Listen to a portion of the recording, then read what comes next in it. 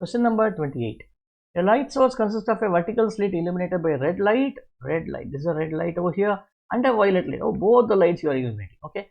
The wavelength R is approximately twice the wavelength of V. Lambda R is equal to twice of lambda V. That's one question. A parallel vertical double slit is placed nearby. Okay, you have a single slit and you have a double slit. Diffraction happens here and interference happens over here. Okay. White screen is placed, so the fringes are formed over here. Okay, both the things are happening simultaneously. Which graph represents the interference fringes formed on the screen? So interference fringes are formed. Now you see, there's something like, if you take up these peaks, you can draw this and you can see you get something like a decreasing peak over here. Okay, the profile shows you a diffraction pattern, but in between you have this one here. Now, so there prominently there is an interference pattern happening. Now interference due to violet light, interference due to red light, both of them are happening. Now, if this is happening, the bright and dark fringes are being seen over here. See, one bright fringe due to violet, one bright fringe due to red, then again bright fringe due to violet, red, and so on. Okay. Now, when interference is happening over here, what is the formula for interference pattern? Beta is equal to lambda into capital D divided by small d. That's what we have. Now what's happening? Beta is now dependent on lambda, but this capital D is same. See, this capital D is same. This capital D is same. And this small d is also same for both of them. This is not varying.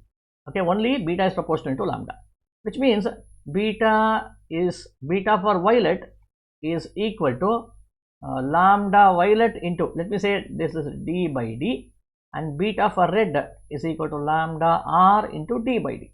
And it's already given lambda r equal to 2 times lambda v. When I do this, what do I get?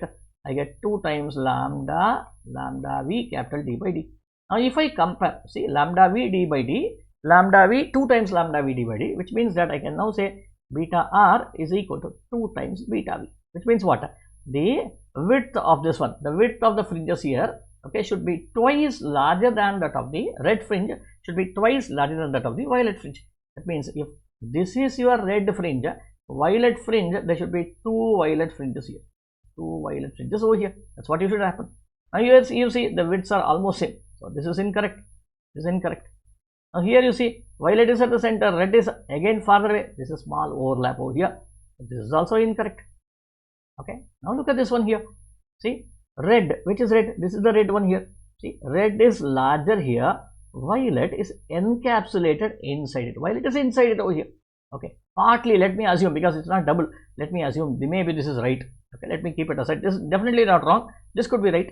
Now, if you look at this here, violet is outside, red is inside, which means this definitely is incorrect, right? It means that violet is encapsulating the red light, which is also not possible.